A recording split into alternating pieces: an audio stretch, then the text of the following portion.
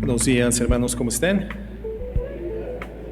Gracias a Dios, pues un gusto verles. Le bajamos tantito al audio, tantito, un poquito. Sí, sí, uno, dos, sí, sí, sí, uno, dos, sí. Ok, ok, creo que ahí está bien. Creo que ahí está bien. Bien, pues agradecidos con el Señor por la oportunidad que nos da de estar un domingo más aquí reunidos en la Congregación de los Santos, con el propósito fundamental de glorificarle, adorarle, presentarle nuestra gratitud, también en forma colectiva y musical, y ahora disponer los corazones para continuar siendo formados y edificados en el conocimiento de su palabra. Y en esta mañana vamos a dar continuidad a nuestro estudio sistemático, expositivo, de la carta a los Hebreos. Y vamos por favor ahí, al versículo 1, vamos a dar lectura desde el versículo 1 a Hebreos 1. Un estudio que creo que nos está ratificando mucha de la información que en algún sentido ya existía claramente definido en nuestro corazón, pero nos da recursos para poder acentrar más firmemente nuestras convicciones en quién es el Señor Jesucristo, su gobierno perfecto, su eternidad extraordinaria, su divinidad innegable, y también nos otorga recursos muy sólidos para poder presentar defensa de la fe que hay en nuestras vidas.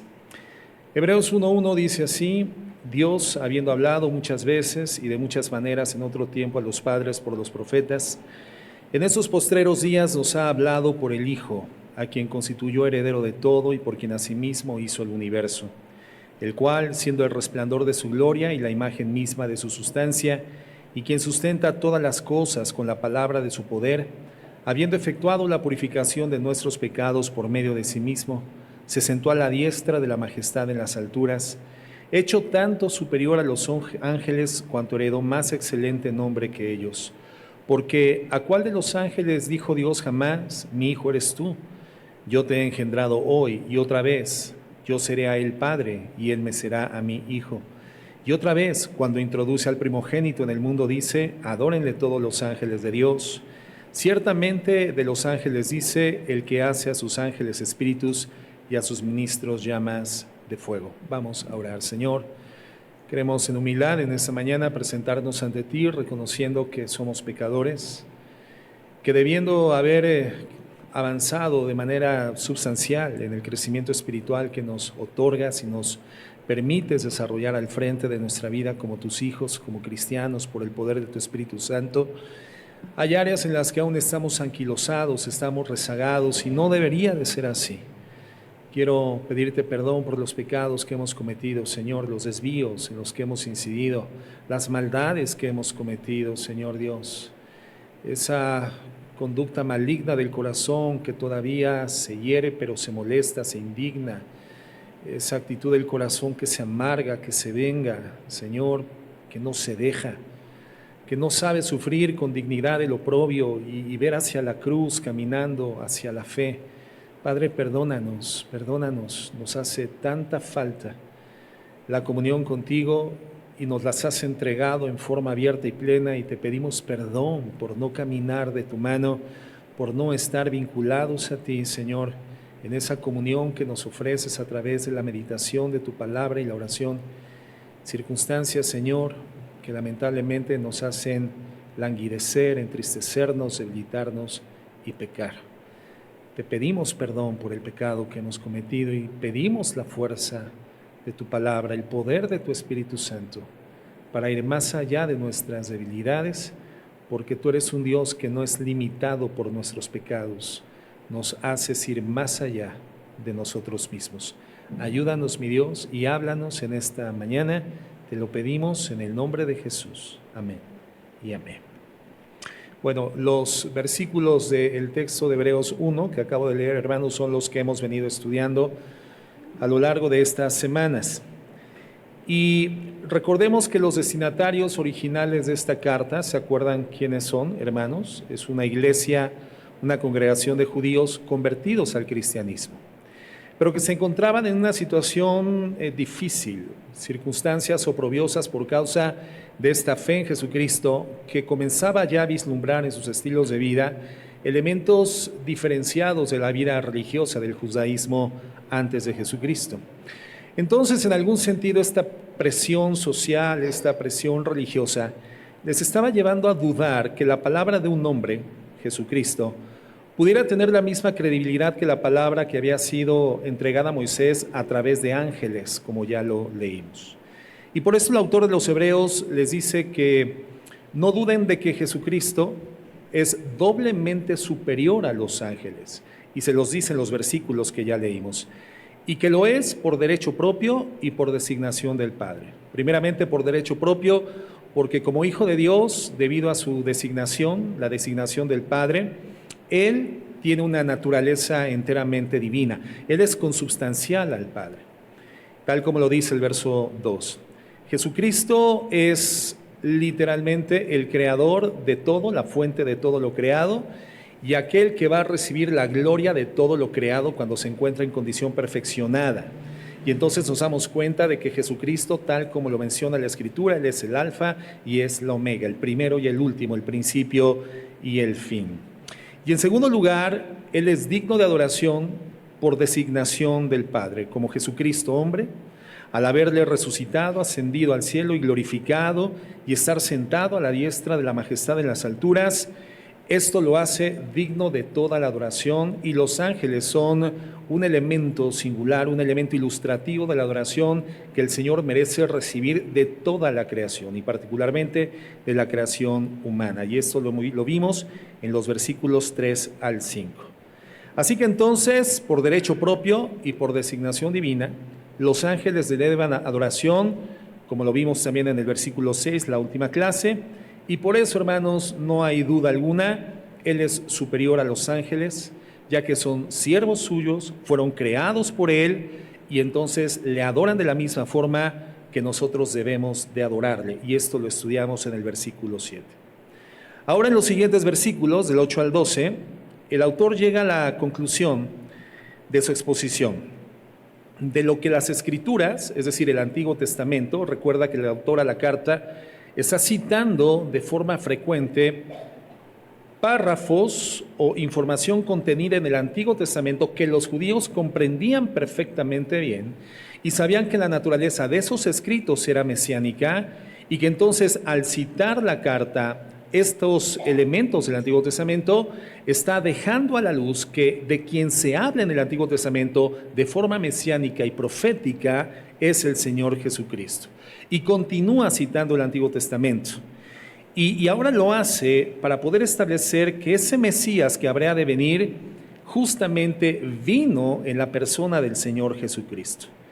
Y va a continuar usando las Escrituras para demostrar cómo el Mesías hombre, resucitado, ascendido, glorificado, sentado a la diestra de la majestad en las alturas y que participa plenamente de naturaleza divina, ejerce el gobierno supremo sobre todo el universo que Él mismo ha creado. Recuerda que nos dice que Jesucristo es el agente de la creación. A través de Él fue creado todo lo que existe. Entonces, Él ejerce no solamente esta facultad creativa, sino también ejerce el gobierno sobre todo lo creado. Y entonces viene el versículo 8 y el versículo 9 que dice: mas del Hijo dice, tu trono, oh Dios, por el siglo del siglo, cetro de equidad es el cetro de tu reino. Has amado la justicia y aborrecido la maldad, por lo cual te ungió Dios, el Dios tuyo, con óleo de alegría más que a tus compañeros. El título en esta mañana de nuestro mensaje es El gobierno de Jesucristo. Y vamos a estudiar con la guía del Espíritu Santo precisamente que Jesucristo ejerce el gobierno supremo, hermanos, sobre lo que Él creó, el universo entero. Por lo tanto, Él merece llamarse y ser llamado Dios. Y para demostrarlo, va a citar el Salmo 45, en el que directamente se reconoce y se le llama Dios. Un salmo que los judíos, hermanos, reconocían enteramente como mesiánico. Ellos sabían culturalmente, porque habían sido instruidos en los preceptos del Antiguo Testamento, que el Salmo 45 trataba precisamente el tema de un Mesías rey. A ellos no tendríamos que explicárselo, pero para nosotros esto necesita ser particularmente aclarado para poder entrar en el contexto de lo que el escritor a la carta está mencionando a un grupo de judíos cristianos, ¿verdad? Entonces vamos por favor en la introducción ahí al Salmo 45 Y a la luz del Nuevo Testamento, veamos lo que se dice sobre el Antiguo Testamento. Salmo 45. Es un salmo de coronación de un rey. Es un salmo mesiánico y por lo tanto es un salmo que nos habla de Jesucristo. Salmo 45, verso 1 dice así: Rebosa mi corazón palabra buena, dirijo al rey mi canto, mi lengua es pluma de escribiente muy ligero. Y a continuación comienza la descripción del Mesías. Verso 2. Eres el más hermoso de los hijos de los hombres. La gracia se derramó en tus labios. Por tanto, Dios te ha bendecido. ¿Por cuánto tiempo? ¿Por cuánto tiempo? Para siempre. Por tanto, Dios te ha bendecido para siempre. Ciñe tu espada sobre el muslo. Qué importante esta mención, porque si este rey es el Mesías, entonces nos está situando justamente, proféticamente, en el momento de su segunda venida. Porque en su primera venida el Señor Jesucristo no vino con espada, Él vino como un cordero sacrificial, el Cordero de Dios. Y aquí el Salmo nos muestra a este rey Mesías en condición triunfante, venciendo sobre sus enemigos. Ciñe tu espada sobre el muslo, oh valiente, con tu gloria y con tu majestad. En tu gloria sé prosperado. Cabalga sobre palabra de verdad, de humildad y de justicia, y tu diestra te enseñará cosas terribles. Tus saetas agudas, con que caerán pueblos debajo de ti, penetrarán en el corazón de los enemigos del rey. Después del verso 6 al 9, a continuación, nos habla del carácter justo y eterno del gobierno de este rey Mesías, y particularmente, hermanos, los versos 6 y 7 son los que el escritor de la carta de los Hebreos cita en esta porción que acabamos de leer. Y dice: tu trono, oh Dios, es eterno y para siempre. Cetro de justicia es el cetro de tu reino. Has amado la justicia y aborrecido la maldad, por tanto te ungió Dios, el Dios tuyo, con óleo de alegría más que a tus compañeros. Con óleo, con aceite. Y sabemos que el aceite es un elemento indispensable en todas las ceremonias de unción, de ungimiento de los reyes, hermanos. Hasta el día de hoy, en esos países de la realeza europea, cuando se erige un nuevo rey, cuando se nombra un nuevo rey, se le unge, y este símbolo no es otra cosa sino la representación del respaldo divino sobre el ejercicio del gobierno de ese rey que se está levantando. Entonces, estamos viendo la ceremonia de unción, el levantamiento, el momento donde Jesucristo por el Padre es ungido y es coronado. Verso 8. Mirra, aloe y casia exhalan todos tus vestidos. ¿Por qué? Porque esa unción literalmente se derrama sobre las vestimentas del rey. Desde palacios de marfil se recrean. Y fíjate qué interesante: hijas de reyes están entre tus ilustres, está la reina a tu diestra con oro de Ofir.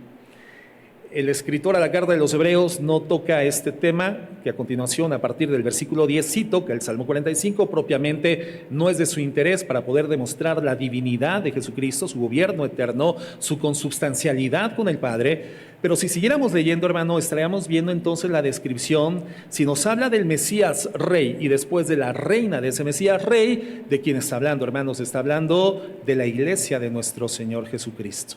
Un matrimonio que en términos cósmicos se va a registrar en el cielo, en la presencia del Señor Jesucristo, en condición glorificada, los santos, los hijos de Dios, los que creímos en el Evangelio de la Gracia, los que fuimos reconciliados por el Padre por poner nuestra certidumbre y confianza en el mensaje glorioso del Evangelio, vamos a experimentar cósmicamente las bodas del Cordero. Y aquí se menciona: hijas de reyes están entre tus ilustres, está la reina a tu diestra como oro de Ofir. Vemos entonces, hermanos, un salmo que exalta al Mesías por su gobierno justo y su gobierno eterno.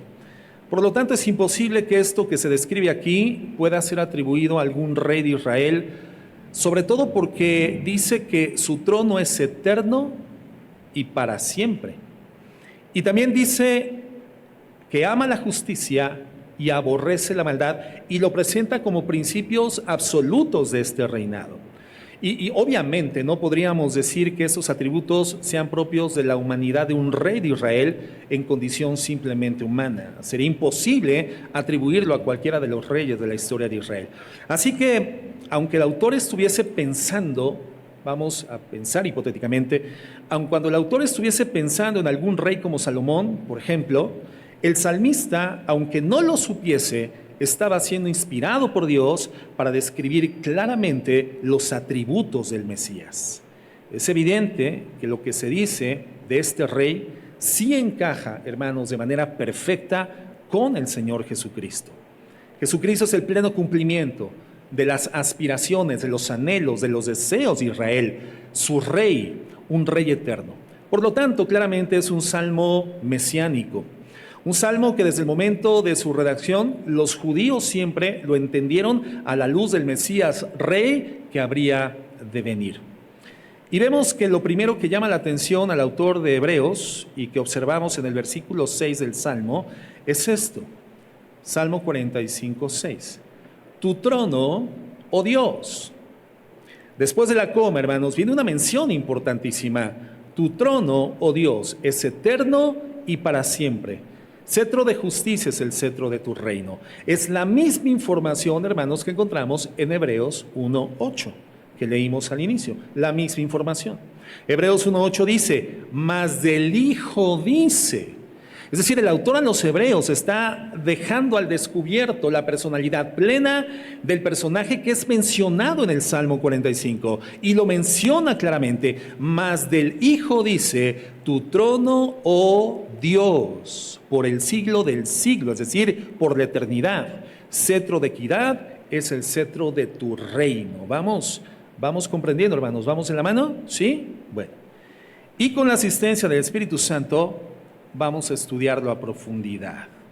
Segunda parte, después de la introducción que acabamos de tener, Jesucristo es Dios. Entonces, si leímos con atención en el Salmo 45, el salmista se dirige a alguien al que llama Dios. Dice, tu trono, oh Dios. Es lo que dice de este rey. Desde el versículo 10 del Salmo 45 hasta el versículo 9, le está cantando a un rey al que llama Dios. Así que entonces entendemos que no tenía ningún sentido que este rey fuera simplemente un hombre, un rey siendo simplemente un hombre. Salomón o cualquier otro rey. Podríamos decir de Salomón o de cualquiera de los reyes de Israel, el más hermoso de los hijos de los hombres. Dios le ha bendecido para siempre. ¿De verdad Salomón amaba más la justicia y aborrecía la bondad como elementos objetivos y absolutos de su reinado? Evidentemente no. Porque si este salmo, hermanos, que el Espíritu Santo inspiró al salmista, estuviera hablando de Salomón, como lo sugieren algunos comentaristas de corte liberal teológico, bueno, entonces estaríamos diciendo que quien inspiró, el Espíritu que inspiró a los escritores del Antiguo y Nuevo Testamento, prefiere dar una alabanza exagerada a un hombre en lugar de presentarnos de manera llana la verdad. Y evidentemente esto es absolutamente imposible. Así que no está hablando de ningún hombre, aun cuando haya sido rey en la nación de Israel. Está hablando absolutamente del Mesías. Entonces el Espíritu Santo nos ilumina en ese salmo al Mesías que habría de venir y que vino en la persona de Jesucristo. Jesucristo mismo lo asevera en el Nuevo Testamento. Fíjense lo que Cristo dice de sí mismo en Juan 5:39 en el Nuevo Testamento. Juan 5:39. Cuán hermoso sería, por ejemplo, que tuviéramos la oportunidad de dialogar con estas personas que practican un sistema religioso sesgado, desviado, históricamente herético, definido como arrianismo, hermanos, los testigos de Jehová, que aseguran, por el manejo manipulatorio que sufren en la interpretación de las Escrituras, aseguran que Jesucristo no es Dios eterno, aseguran que Jesucristo no es consubstancial al Padre, aseveran que Jesucristo es una especie de Dios menor, un Dios con D minúscula. Y viendo que pululan caminando por las mañanas en las calles de la ciudad y tocando las puertas, cuando un día llegaran a nuestro domicilio, pudiéramos abrirles la puerta y decirle, mira, quisiera leerte esas escrituras y que en algún sentido pudieses darme la explicación de qué es a lo que se está refiriendo el salmista y qué es lo que está refiriendo del Antiguo Testamento el escritor a los hebreos, ¿no? Y entonces, tan solo con esta argumentación tiraríamos por tierra, sin la intención evidentemente de causar una afectación en su corazón, sino de guiarlos al conocimiento de la verdad compasivamente, amorosamente, como lo dice 1 de Pedro 3:15, que demos respuesta, ¿verdad?, con mansedumbre y con reverencia a todo aquel que demande respuesta de la esperanza que hay en nosotros. Podríamos conducirlos de la mano, hermanos, con misericordia y con verdad al conocimiento de quién es Jesús, el Mesías Rey, a quien el mismo salmista, inspirado por el Espíritu Santo, le llama "oh Dios". Refiere a Dios, refiriéndose a su Hijo, igualmente como Dios. Jesucristo lo dice, Juan 5:39, escudriñad las Escrituras. La palabra escudriñar, hermanos, significa cavar pozos profundos, no quedarnos a flor de tierra, no estar en la superficie. El Señor Jesucristo le está diciendo, no sean superficiales, no sean someros, no sean ligeros en la aproximación a la Escritura, la cual en porciones importantes aún conocen de memoria, pero no han profundizado, no han pedido la asistencia del Espíritu Santo para que les lleve a las profundidades de las verdades que se encuentran ocultas y sean reveladas ante su conciencia. Él les dice, escudriñen, vayan a fondo, vayan profundo, escudriñen las Escrituras, porque a ustedes les parece que en ellas tenéis la vida eterna y ellas son las que dan testimonio de mí. Por lo tanto, este salmo, que es parte de las Escrituras del Antiguo Testamento, nos dice que Jesucristo, hermanos, es Dios. Y esto es lo que piensa el autor a los Hebreos, inspirado por el Espíritu Santo, al incluir en su carta los versículos 6 y 7 del Salmo 45, que lo que dice el Salmo 45 encuentra su pleno cumplimiento perfecto y definitivo en la persona de Jesucristo. Salmo 45, 6. Tu trono, Dios, es eterno y para siempre. Cetro de justicia es el cetro de tu reino. ¿Cuál es la enseñanza para nosotros? La primera pregunta sería, para poder comprenderla, hermano, ¿a qué vienes? ¿A qué vienes a la iglesia? ¿A escuchar sobre un buen maestro llamado Jesucristo? ¿A escuchar enseñanzas de alguien que sin duda se puede aprender cosas buenas? Sí, claro que sí, a eso venimos. Pero si solamente vienes por eso, si solamente acudes pensando que por escuchar esas enseñanzas vas a recibir protección tú, tu familia, tus hijos, de ese ataque cruento del mundo caído, podrido y perverso en el que físicamente aún nos encontramos, entonces, hermano, te estás perdiendo del propósito de lo que el autor a los Hebreos nos está diciendo. Y el propósito es reconocer a Dios en el hombre que Dios ungió para ser el Mesías. Mesías que vino para salvarnos del resultado de todo este sistema podrido en el que la gente cree, en el que la gente empeña la vida, entrega el corazón, al que la gente se aferra, al que la gente adora y en el que la gente se cae muriendo eternamente. Y si nosotros no venimos con la intención de conocer más y más quién es Jesucristo, la divinidad de Jesucristo, hermano, entonces fácilmente, aun cuando vengamos a la iglesia, vamos a vernos arrastrados por el sistema del mundo, vamos a vernos alimentados por los apetitos que en nuestro corazón todavía existen carnales y que el mundo nos ofrece tantas variantes para satisfacer, y terminaremos aferrados a este mundo cuando la Biblia ya nos ha dicho enfáticamente que no somos de este mundo.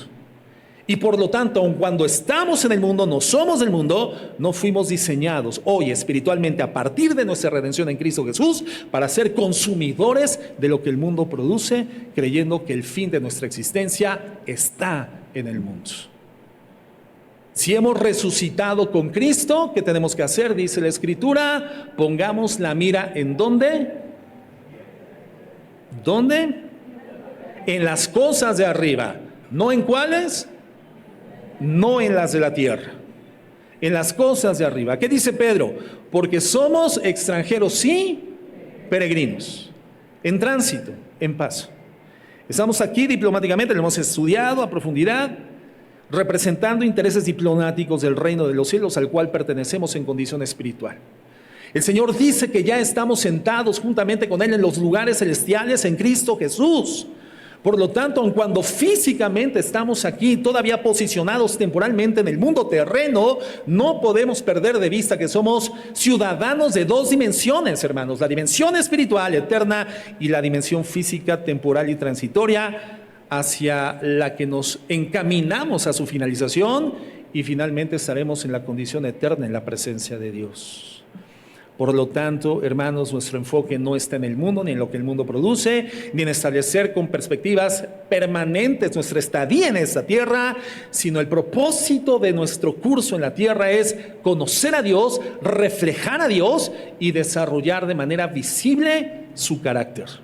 Lo único que nos vamos a llevar al otro lado de la eternidad, hermanos, es el carácter cristiano, espiritual que hayamos desarrollado. Y perdemos el tiempo cuando por los bienes y satisfactores del mundo descuidamos nuestra comunión con Dios, en la cual la santificación se va gestando, va progresando y nos va llevando a alcanzar niveles espirituales, fortaleza, madurez espiritual, que entonces sí es usada por Dios en esta tierra para poder reflejarle, hablarle, predicarle y demostrarle con poder del Espíritu Santo. ¿A qué venimos entonces, hermanos? A la iglesia. Tenemos que venir con el propósito de reconocer a Dios en Jesucristo, el Mesías que vino justamente para salvarnos del resultado de ese sistema corrupto y podrido en el que la gente entrega el corazón y termina muriendo eternamente. ¿Por qué? Porque Romanos 6:23 nos lo advierte. Porque la paga del pecado es muerte, mas la dádiva de Dios, el regalo de Dios, es vida eterna en Cristo Jesús, Señor nuestro. Por lo tanto, Jesucristo, hermanos, merece no solamente que prestemos atención a lo que Él dice, al igual que la atención que requiere lo que el Padre dice. Él merece, hermanos, nuestra más sincera entrega. Entrega que solamente se demuestra rindiéndose a Él de forma completa y adorándole con nuestra obediencia plena. Una rendición honesta, real, transparente, haciendo morir los conflictos de interés entre mis deseos y la voluntad de Dios, la cual en su gracia hoy por el Espíritu Santo en su palabra nos ilumina, nos revela. Cada ocasión que vamos a la Escritura con una actitud de humildad espiritual y de honestidad intelectual, el Señor no tiene problema en mostrarse a nuestras vidas, hablarnos de manera particular, darnos las direcciones, mostrarnos su voluntad, darnos la fuerza, motivarnos, estimularnos para poderla llevar a efecto, llevarlo al plano de la práctica. Cada vez que venimos a la congregación y adoramos al Señor y abrimos el corazón, sucede exactamente lo mismo de forma gloriosa, hermanos. Y entonces tenemos que entender que prestar atención al Señor es indispensable, pero hoy Él pide que le rindamos enteramente nuestra voluntad, que le rindamos humildemente adoración, y la adoración se manifiesta a través de la obediencia. ¿Qué le dice de parte de Dios el profeta Samuel al rey Saúl cuando desobedece el rey Saúl? ¿Qué le dice? ¿Qué quería Dios de él? En vez de sacrificios, obediencia. Obediencia quiero antes que sacrificios. Entonces, si tú vienes a la congregación como un sacrificio meramente carnal, intentando espiritualizar tu vida a través de ese acto litúrgico, sin rendirle al Señor enteramente tu corazón a través de pedirle su fuerza, su asistencia en comunión para poder ser obediente, hermano, tu vida está destinada meramente a la religiosidad. A venir domingo tras domingo, temporada tras temporada a la congregación, a hacerte añejo dentro de las filas congregacionales, pero que tu vida no cambie. Tu vida continúe en la misma dirección, en los mismos errores, en los mismos tropiezos, en los mismos escollos, todo el tiempo. Una actividad cíclica, así como la nación de Israel, 40 años en el desierto, intentando surcar una distancia que hubieran logrado desarrollar en unas cuantas semanas, Si desde el principio ellos hubieran sido obedientes a Él, a Dios, y hubiesen podido cobrar la herencia que Dios tenía para ellos, la tierra prometida. Pero la desobediencia, la obstinación, la dureza de corazón del pueblo de Dios, teniendo a Dios manifiesto de forma gloriosa, permanente, cotidiana, de forma milagrosa, la alimentación, el abasto de agua, la liberación del pueblo egipcio, hermanos, viendo las obras portentosas de Dios, estas obras visibles ante sus ojos, el portento de Dios en el monte, revelando las tablas de la ley, haciéndoles depositarios de la ley divina, la ley mosaica, hermanos, no les sirvió para poder transformar su corazón. No les sirvió para poder rendir sus vidas en obediencia. Y nos puede pasar exactamente lo mismo. Venir a la iglesia y ser partícipes de la manifestación de la gloria de Dios, ser partícipes del Espíritu Santo, ser partícipes de la palabra y simplemente hacer de nuestra vida y el contacto con la palabra una actividad meramente litúrgica. Que pasen los días, las semanas, los años, tu vida, tu familia, tu relación conyugal, tu relación con los hijos, tu forma de trabajar y hacer negocios, aún la forma de vincularte con los hermanos no cambie, sino siga siendo exactamente la misma. Y tu vida termine siendo como la de aquellos a los que Jesucristo, de manera frontal, dura, pero honesta, les dijo: hipócritas, generación de víboras. Bueno, eso se los dijo Juan el Bautista, quien les enseñó a escapar de la ira venidera. Pero Jesucristo les dijo: hipócritas, sepulcros blanqueados. Y no fuimos llamados a eso, hermanos. La obra de Jesucristo en la cruz del Calvario tiene el poder de transformar nuestra naturaleza, llevarnos a ese proceso progresivo de transformación de la mente y en esta comunión con Él, hoy revinculados por su sacrificio en una relación con el Padre, habiendo pagado Él el precio por nuestra paz y habiendo sido el depósito voluntario de la culpa en donde fue juzgado nuestro pecado en Cristo, no en nosotros terminemos desarrollando vidas de liturgia y vidas de religión en vez de vidas de relación, de intimidad y de poder espiritual para la gloria de Dios. Jesucristo merece, hermanos, no solamente nuestra atención, Él merece que nos rindamos a Él en completa adoración y obediencia. ¿Por qué? ¿Por qué? Porque Él es Dios, nuestro Dios creador, quien sostiene todas las cosas con la palabra de su poder. ¿Por qué? Porque Él se entregó por nuestros pecados y ahora está sentado a la diestra de la majestad de Dios en las alturas. ¿Por qué? Porque hasta los ángeles le adoran. ¿Por qué? Porque Él mismo, siendo Dios, dice del Hijo: tu trono, oh Dios, por el siglo del siglo, es decir, un reino eterno, y el cetro de equidad es el cetro de tu reino. O sea, un reino, hermano, con un gobierno basado en la justicia absoluta, y por eso se merece toda nuestra adoración, toda nuestra entrega, y no solamente venir a escuchar cosas interesantes a la iglesia, sino toda tu adoración y toda nuestra entrega. ¿Por qué? Porque Él es Dios. Y es lo que está demostrando la Escritura. Vamos a ver ahora cómo es este trono y este gobierno en la tercera parte de la enseñanza. Hebreos 1:8. Hebreos 1:8. Mas del Hijo dice: tu trono, oh Dios, por el siglo del siglo. Cetro de equidad es el cetro de tu reino. Has amado la justicia y aborrecido la maldad. Nos quedamos en la primera parte del versículo 9. Has amado la justicia y aborrecido la maldad.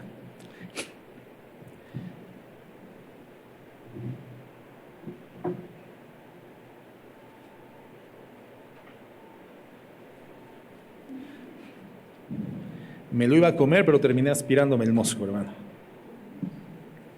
Perdón. Bien. Entonces, has amado la justicia y aborrecido la maldad. Vemos entonces que nuevamente el autor de Hebreos está hablando de Jesucristo y lo que dice el Salmo 45 de él. Y lo que dice son dos cosas: eternidad y equidad. Eternidad y equidad. Primero, que la eternidad es la principal característica de su trono, es decir, de su reino. Y segundo, que la equidad es la principal característica de su gobierno. Un reino que es eterno y un gobierno que es justo. Veamos lo primero, eternidad. Tu trono, Dios, es eterno y para siempre. Nos dice el Salmo 45:6. Tu trono, Dios, por el siglo del siglo, nos dice Hebreos 1:8. Y esta descripción de la eternidad del reino de Dios se ratifica en el contexto del Antiguo Testamento. Por ejemplo, Isaías, hablando del Mesías y de su reinado, dice en Isaías 9:6. Isaías 9:6.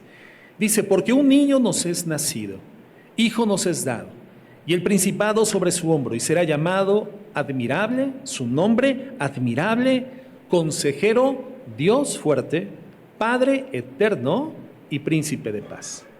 Lo dilatado de su imperio y la paz no tendrán límite. Sobre el trono de David y sobre su reino, disponiéndolo y confirmándolo en juicio y en justicia, desde ahora y para siempre, el celo de Jehová de los ejércitos hará esto. En Daniel 7, verso 13, igualmente lo ratifica el Antiguo Testamento. Fíjate lo que dice Daniel. Miraba yo en la visión de la noche, y aquí con las nubes del cielo venía uno como un hijo de hombre, que vino hasta el anciano de días y le hicieron acercarse delante de él. Fíjate, está viendo una dimensión celestial, un hijo con aspecto de hijo de hombre aproximándose al anciano de días. Y le fue dado dominio, gloria y reino para que todos los pueblos, naciones y lenguas le sirvieran. Su dominio es dominio eterno, que nunca pasará, y su reino uno que no será destruido. Hermanos, ¿qué implicaciones tiene para nosotros, aún para nuestra vida en esta tierra, que el reino del Mesías, tal como lo describe la Escritura, sea un reino para siempre, por el siglo del siglo, es decir, un gobierno eterno? La implicación es la siguiente, hermanos: seguridad, una vida de seguridad. ¿Quién no desea estar seguro, hermano? ¿Quién no desea sentirse seguro? ¿Alguien no desea sentirse seguro? ¿Quién desea sentirse seguro? ¿Quién desea? Mira, yo te voy a decir cuándo comenzamos en condición humana a ser sensibles a la necesidad de seguridad. Cuando somos niños, adolescentes y jóvenes, siendo que nuestra vida está directamente en dependencia de una cobertura adulta, nuestros padres, quienes se encargan de resolverlo generalmente todo, al menos los que tuvimos la gracia de crecer dentro de un ámbito familiar más o menos convencional, ¿verdad? Donde había un papá, una mamá, o cuando menos uno de los dos, y asumía el liderazgo, la autoridad, la cobertura, la responsabilidad. No éramos enteramente conscientes de la necesidad de seguridad. Comenzamos a hacerlo sobre todo cuando experimentamos ser papás o nos casamos. Y entonces el hombre entiende que ahora tiene bajo su responsabilidad el cuidado de una mujer, y la mujer entiende que en alguna proporción el cuidado y destino de la vida de ese hombre en la tierra también depende de sus responsabilidades. Y cuando experimentamos la paternidad, entendemos el concepto de seguridad, porque lo que queremos proveer con absoluta totalidad y certidumbre a nuestros hijos es un ámbito, un ambiente, un contexto de absoluta certidumbre, de absoluta seguridad. Y es ahí cuando comenzamos a experimentar esa fuerza, esa vitalidad que tal vez en etapas pasadas de la vida no conocimos, pero esa motivación y esa profunda responsabilidad nos hace hacer a veces cosas que son heroicas, porque buscamos la seguridad. Y cuando algo pone en riesgo la seguridad de nuestros hijos, de nuestra esposa, de la familia, entonces, hermanos, comenzamos a experimentar escenas de incertidumbre. Lo peor que puede experimentar una persona en el curso de la vida terrena es no sentirse seguros. Por eso Jesucristo a sus hijos nos dice: no se turbe su corazón, no tengan miedo, mi pan les doy, mi paz os doy, no se las doy como el mundo la da, no se turbe su corazón, no tengan miedo. Creed en Dios, creéis en Dios, creed también en mí. Entonces el Señor tiene el interés de que tengamos una vida de certidumbres, de seguridad en esta tierra. Y la implicación de saber escrituralmente, por iluminación del Espíritu Santo, que el gobierno de Jesucristo, nuestro Dios, nuestro Creador, nuestro Redentor, es un gobierno eterno, hermano, nos da seguridad. Saber que el reino de mi Señor es eterno me proporciona una grande seguridad.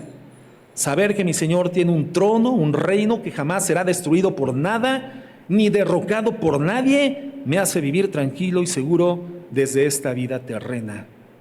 Y esto lo podemos entender muy bien porque ¿cuántas veces nuestro corazón se ha sentido inseguro por los gobiernos humanos? ¿Nos subirán los impuestos? ¿Limitarán la libertad religiosa?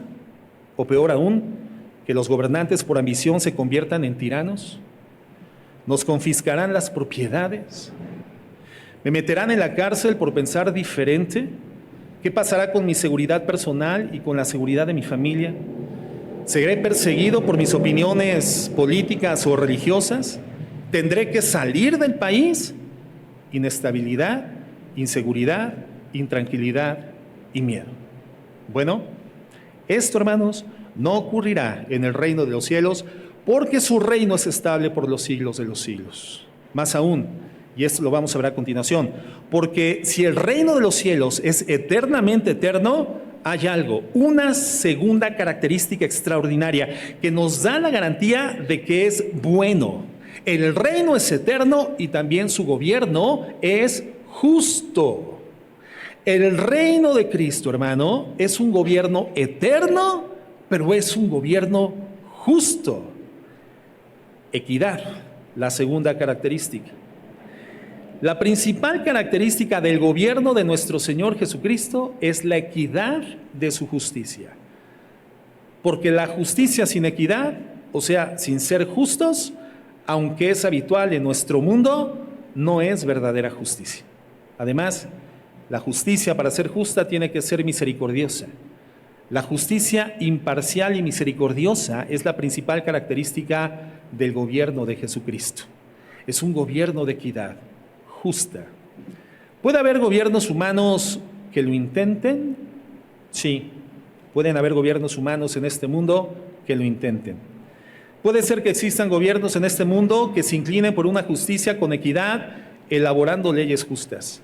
Pero incluso en estos casos es inevitable que aparezcan personas que aplican estas leyes con egoísmo, buscando meramente sus intereses personales. Entonces, no, hermanos, no hay ni habrá jamás gobernantes en este mundo que tengan un corazón totalmente alejado del pecado, del mal y de la injusticia, del egoísmo y del interés personal. Y esto, hermano, más tarde o temprano termina manifestándose. La falta de equidad, sin importar los colores políticos, sin importar las plataformas políticas, sin importar las ofertas políticas, esta es una realidad innegable en la tierra. Sin embargo, en nuestro Señor Jesucristo vemos todo lo contrario. En Él vemos entrega, amor y sacrificio por su pueblo y lo muestra de manera fehaciente e inobjetable en la cruz. La justicia es algo que Jesús ama y la maldad es algo que Él aborrece. Hebreos 1:9 nos lo dice. Has amado la justicia y aborrecido la maldad. La justicia es algo que emana de Él, hermanos, del propio ser de Jesucristo. No es algo que tiene que forzarse en Él como sí sucede en nosotros. Muchas veces nosotros, tú y yo, cumplimos con la justicia porque no tenemos otra alternativa, porque no hay para dónde hacernos, porque es lo único que nos resta por hacer. Pero aún así tenemos fuertes tendencias, hermanos, a resistirnos a la acción justa. ¿Cuánto trabajo nos cuesta hacer aquello que tenemos que hacer?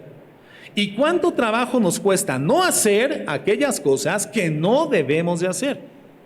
A veces, hermanos, sabemos que algo está mal y aún así lo terminamos haciendo. Porque la atracción por el pecado es tan fuerte que terminamos cayendo en la injusticia y finalmente terminamos justificándonos. O sea, cuando lo reconocemos, continuamos siendo injustos. Esa es la naturaleza humana que compartimos absolutamente todos. Y es esa naturaleza caída la que sigue pugnando, sigue peleando, hermano, por tomar el control de nuestro cuerpo, de nuestros miembros, aún siendo redimidos por la gracia. Por eso la advertencia de Jesucristo es: permanezcan firmes en la libertad con la que yo les hice libres. ¿Cuál libertad? La libertad del pecado. La libertad del pecado.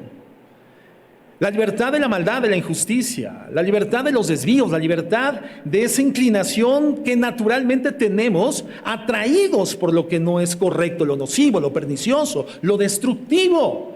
Pero hoy, hermanos, hoy tenemos el poder y la fuerza del Espíritu Santo para poder resistir.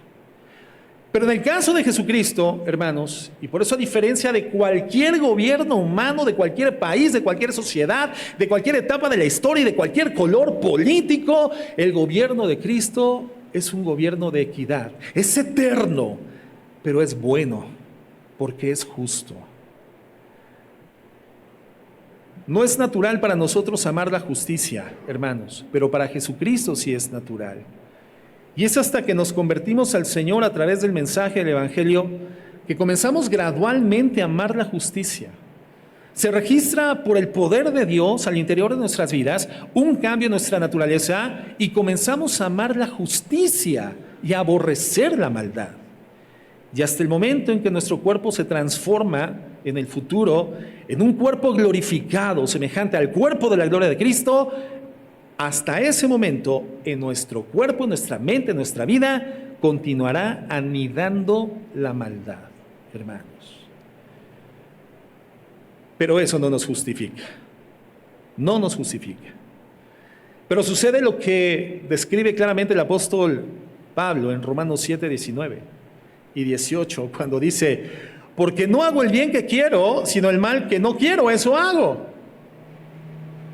Yo sé que en mí, esto es, en mi carne, no mora el bien, porque el querer el bien está en mí, pero no el hacerlo. Hermanos, y es triste y es confrontante, y cuando experimentamos esta realidad, que aún en estado redimido continuamos teniendo inercias, inclinaciones hacia las cosas malas, nos entristece o nos frustra. Pero en nuestro corazón atesoramos, hermanos, cantidades industriales de egoísmo todavía. Cantidades inusitadas de egoísmo. Pero al mismo tiempo conocer por nuestra conversión a Jesucristo esta tendencia a ser arrastrados por el mal nos tendría que alegrar, porque nos permite amar la rectitud y aborrecer el mal. Y entender que cuando somos débiles en condición humana, en condición física o anímica del alma o espiritual, y lo reconocemos, y entonces nos aproximamos al Señor buscando su auxilio, Él perfecciona su poder en nuestra debilidad. Él perfecciona su poder en nuestra debilidad. Pero esta maldad, hermanos, existe todavía dentro de nosotros. Hay una guerra interna. Y esa guerra va a perdurar hasta el tiempo en el cual seamos llevados a la presencia de Dios, ya sea por la muerte o ya sea por el rapto de la iglesia, el arrebatamiento de la iglesia, que es el término correcto, ¿verdad?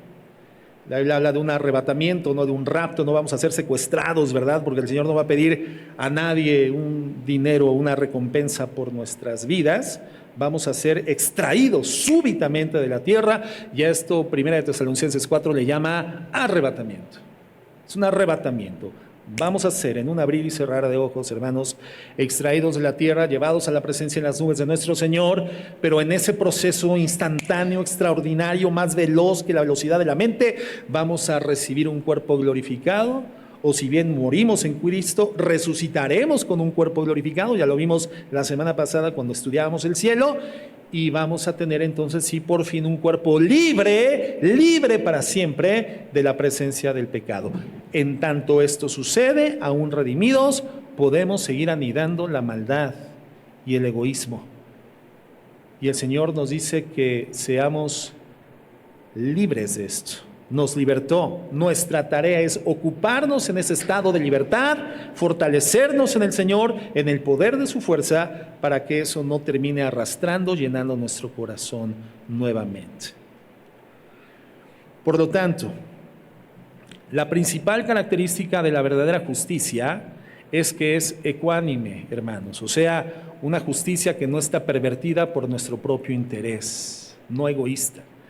Pero hay otra característica de la equidad que vemos en Jesucristo, que es, además de amar la justicia, dice aborrecer el mal. Has amado la justicia y aborrecido la maldad. Es lo que dice el Padre del Hijo. Lo que significa que no se puede amar la justicia sin aborrecer el mal. No se puede. Entonces, la verdadera justicia debe de tener este doble carácter que hace que sea verdadera justicia. Es como una moneda con dos caras. No se puede disociar una cara de la otra, no se pueden separar ambas caras sin terminar destruyendo la moneda. Así es la justicia. No se puede amar la justicia sin aborrecer la maldad. Y aquí encontramos una enseñanza importante. La misericordia de Jesús no estaba en contradicción con el odio que tenía por el pecado. En este mundo todos decimos buscar la justicia.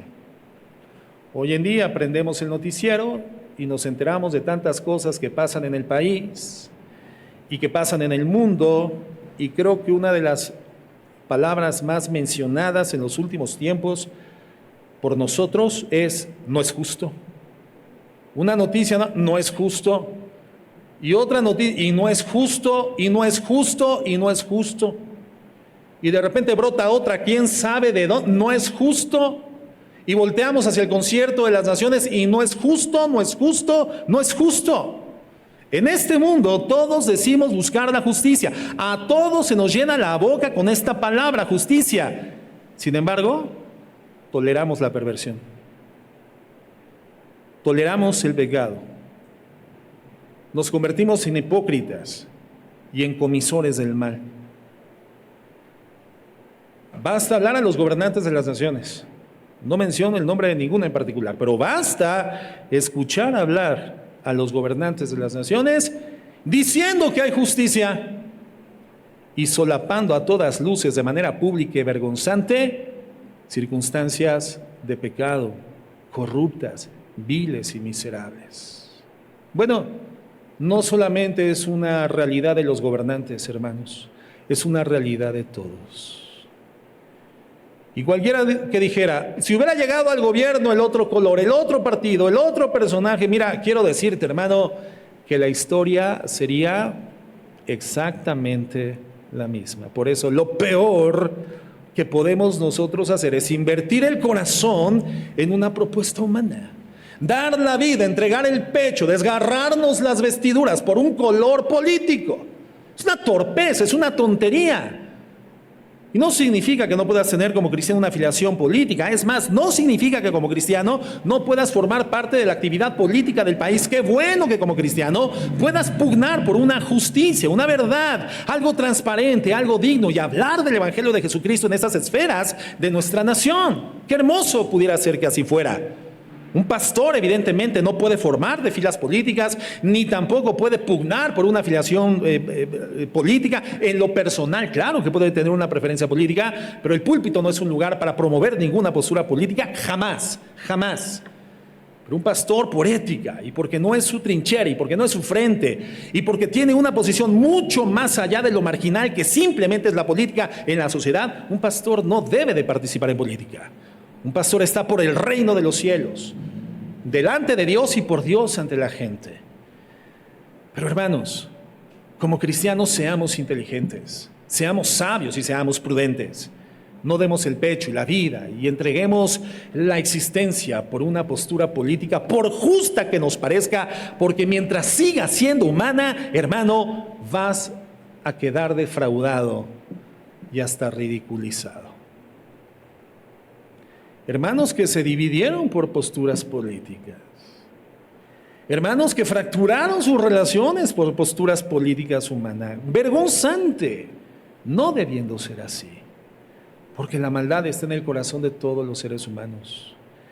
Y el gobernante que venga con una cara de gracia y misericordia terminará sacando a la luz en algún momento lo infernal de su egoísmo humano, tarde o temprano.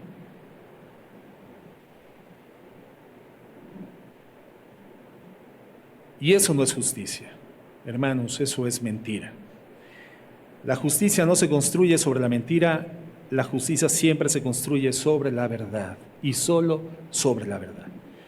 Es imposible entonces amar la justicia si no odias la maldad. Y la maldad, como es descrita en la Biblia, no la maldad relativamente juzgada por el mundo, esa maldad que cambia cada ocasión que le interesa a la sociedad. Ese concepto de maldad que va mutando, se va transformando, va variando dependiendo de las condiciones o conveniencias. Una maldad que asume la bondad cuando le conviene, ¿verdad? O una maldad que se muestra abiertamente maldad cuando igualmente le conviene. O una maldad que se disfraza de bondad. Isaías 5:20, fíjense cómo lo dice el Señor desde la antigüedad. Isaías 5:20. Con un ay de dolor dice, ay de los que a lo malo dicen bueno y a lo bueno malo, que hacen de la luz tinieblas y de las tinieblas luz, que ponen lo amargo por dulce y lo dulce por amargo. El Señor lo presenta a través del profeta con una claridad tal, tan transparentemente, que uno podría decir, bueno, ¿quién podría decirle a lo bueno malo y a lo malo bueno? ¿Quién podría decir que una semilla de limón es dulce cuando es realmente amarga? Y cualquier gusto saludable, cualquier gusto en la boca de cualquier persona que tiene sanidad, sabe distinguir que las semillas de limón son muy amargas. ¿Qué torpeza sería, qué disfuncionalidad en la percepción de la realidad sería llamarle a lo amargo dulce y a lo dulce amargo? Lo mismo sucede cuando a lo malo le llamamos bueno y a lo bueno le llamamos malo. Y vivimos en un núcleo social, hermanos, internacional, donde a lo malo, vaya, lo malo hoy se ha legalizado, legislado e institucionalizado como si fuese bueno. Y vivimos en ese mundo. Pero ¿sabes qué es lo peor de todo? Que cuando el mundo continúa diciendo a lo malo bueno de forma constante, metódica, de forma persistente, de forma sistemática, puede terminar permeando la mente y el corazón de la iglesia de Cristo, y los cristianos comenzar a decir, ¿pero qué tiene de malo? ¿Te has visto en alguna posición así? ¿Pero qué tiene de malo?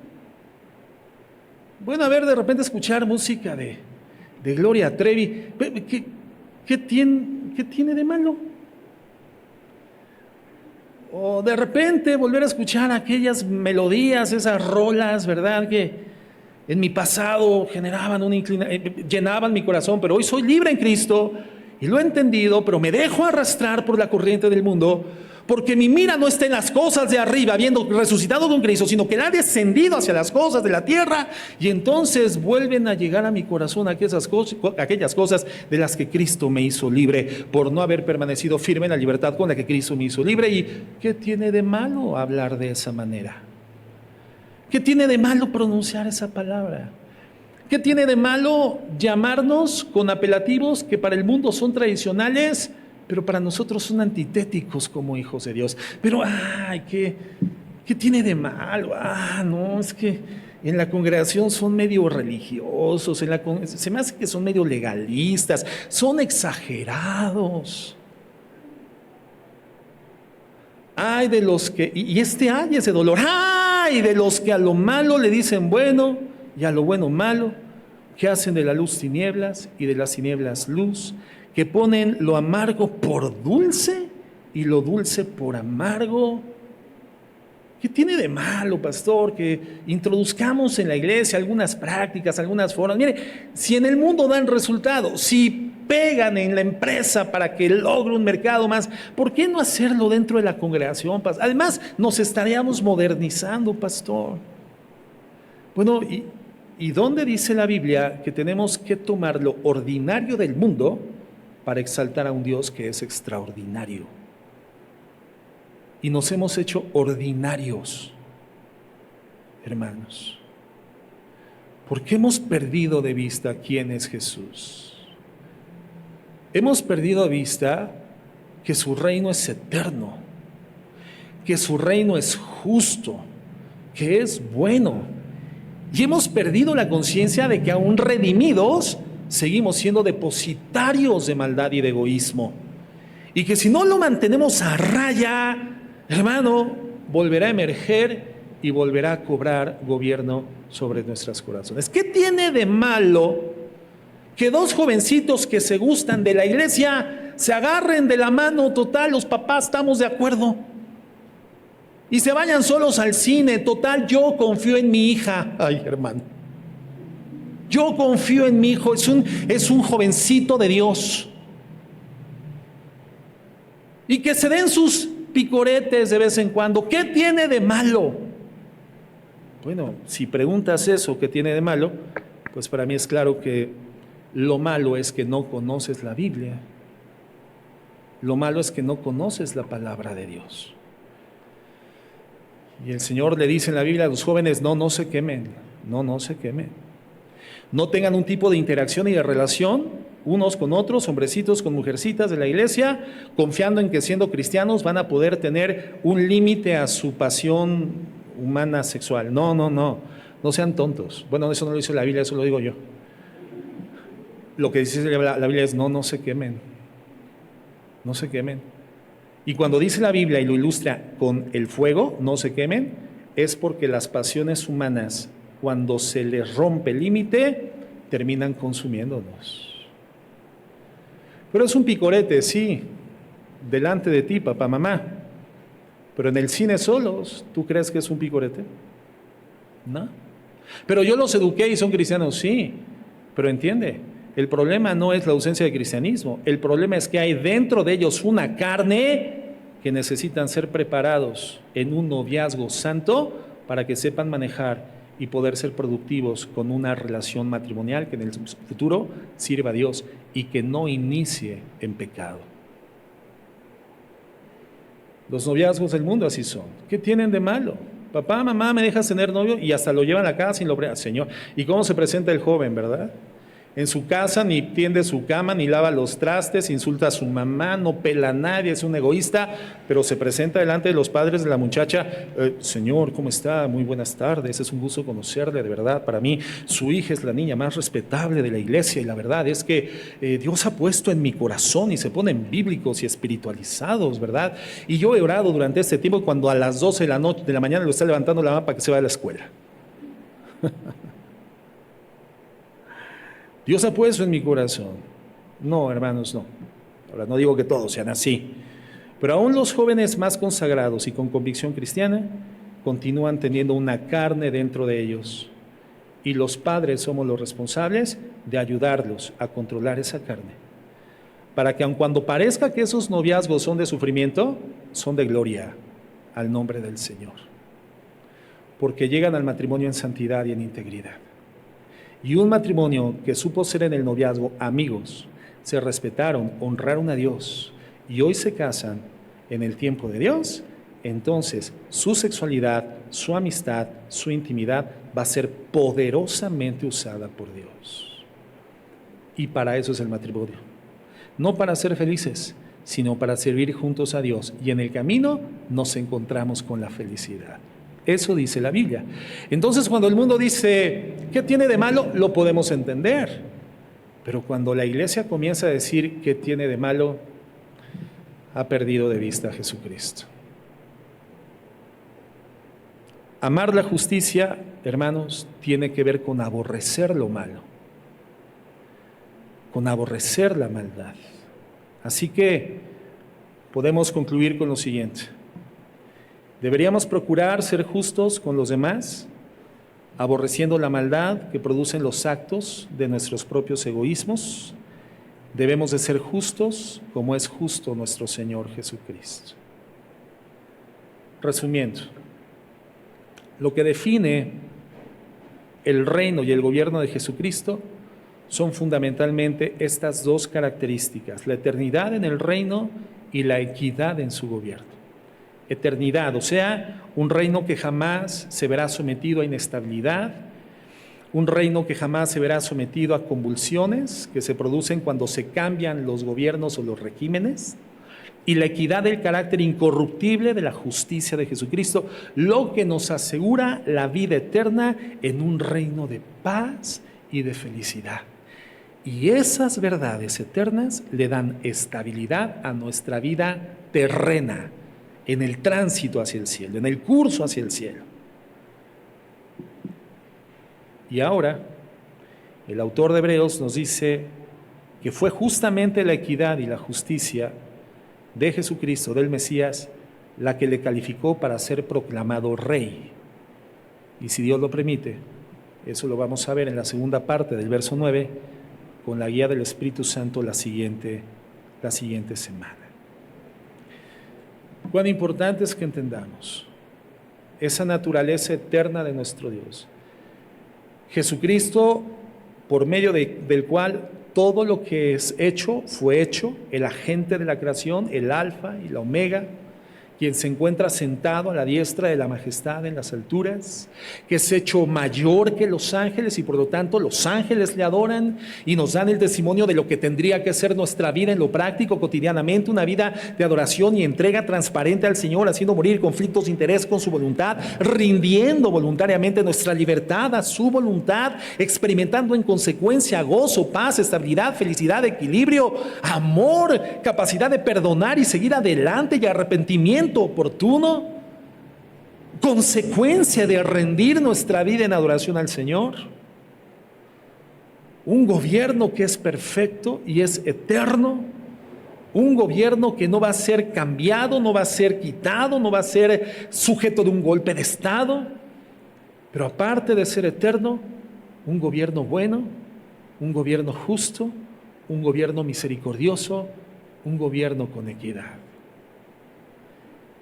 Cuando nosotros comparamos o contrastamos las realidades que vivimos en esta tierra contra las realidades que la Biblia nos revela de la eternidad, entonces, ¿dónde preferimos estar? ¿Dónde? En la eternidad, por supuesto. Lo que Pablo decía, para mí el vivir es Cristo, pero mi verdadera ganancia es morir. Ahora, esto no significa de ninguna forma que podamos tomarnos la libertad o el libertinaje de cobrar nuestra vida, de quitarnos la vida para llegar al Padre. No, la Biblia no nos da ninguna indicación, ningún sesgo existe en la Biblia hacia esa información.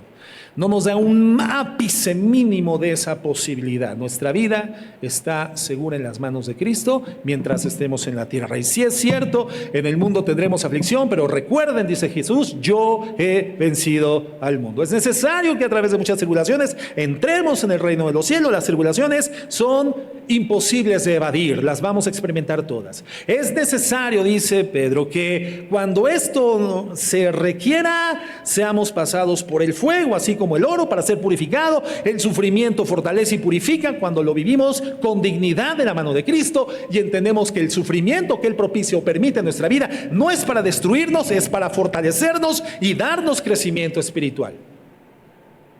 Y de esta forma el Señor, cuando regrese, encontrará una fe en sus hijos más brillante que el oro. El gobierno del Señor, hermanos, ya no tiene estos sufrimientos. El reino eterno, hermano, ya no tiene estas aflicciones. Sus condiciones de gozo, de paz, de armonía, felicidad, de equilibrio, balance, plenitud toda, hermanos, son eternas. Es una condición buena, equilibrada y justa, llena de misericordia. Con la vista en ese reino, somos llamados a transitar por esta tierra, el tiempo que Dios soberanamente determine. Vivir a la luz de la eternidad. Como dice Pablo, esto termina añadiendo a mi vida un más eterno y glorioso peso de gloria. Como Jesucristo, puesto los ojos en Jesús, autor y consumador de la fe, el cual por el gozo puesto delante de él, sufrió la cruz y menospreció lo propio. Como Jesucristo, considerad aquel que sufrió tal nivel de contradicción de pecadores contra sí mismo, para que tu ánimo no se canse hasta desmayar. No te desalientes, dice el Nuevo Testamento, porque aún no has sufrido contra el pecado hasta la sangre. ¿O alguien ya, hermano, ya ha visto su sangre derramada combatiendo contra el pecado? ¿Alguien? Yo soy pastor. Viera, ayer en la mañana al abrir la Biblia, con una de las hojitas delgaditas, pastor, mire, me rasgué la yemita de mi dedo y sangré por la Biblia, pastor. Bueno, pues sé más cuidadoso, mi hermano, ¿verdad? Nadie aquí ha combatido contra el pecado hasta la sangre. Tenemos hermanos en la fe que nos han anticipado, se han anticipado y están en la gloria del Señor. esperando junto con Dios por nosotros, para que juntos le glorifiquemos y le adoremos allá, en el cielo, que sí llegaron a la presencia del Señor a través del sacrificio, de la sangre, del fuego, de la tortura, de la persecución, de la injusticia. Hermanos, pero no formamos parte de una sociedad geopolítica en donde esto nos suceda, al menos no en este momento. Sin embargo, tenemos que estar preparados. Cuando el Señor Jesucristo les dice, ¿pueden beber de la copa que yo he de beber? Ellos dijeron sí. Él sabía que en ese momento no. Pero finalmente Él dice, a la verdad de la copa que yo bebo, ustedes beberán. Pero darle las posiciones que me están pidiendo no está en mí darlo, sino al Padre que está en los cielos.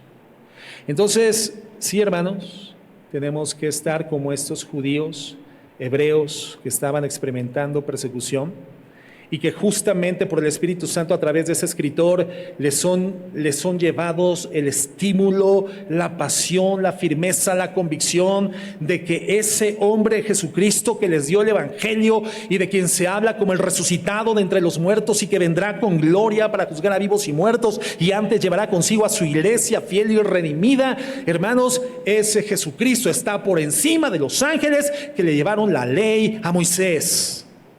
Es Dios. Ese Jesucristo es nuestro Dios.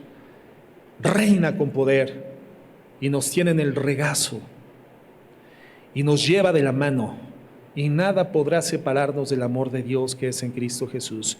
Por lo tanto, como esos hebreos, al leer esta carta, nosotros no nos desanimemos, al contrario, alentémonos, fortalezcámonos, avivémonos, levantémonos de los muertos y el Señor Cristo nos alumbrará nuevamente para continuar caminando con el vigor que los hijos de Dios reciben cuando son llenos del Espíritu Santo, llenos de la palabra de Dios, llenos del Espíritu Santo. Entonces, cuando vayas a la Biblia, cuando vengas a la iglesia, hermano, no solamente vayas con el ánimo de encontrar una respuesta para tu inmediata necesidad, ve y ven con la convicción de conocer más a ese hombre a través de quien Dios, ungiéndolo con óleo, hermano, lo levantó como rey y le dice del Hijo, oh Dios, tu trono, trono eterno, del siglo hasta el siglo, cetro de equidad y de justicia es tu reino. Nuestro Rey gobierna, es eterno y es justo. Y eso tiene que llenar nuestros corazones de paz, hermanos. Vamos a orar.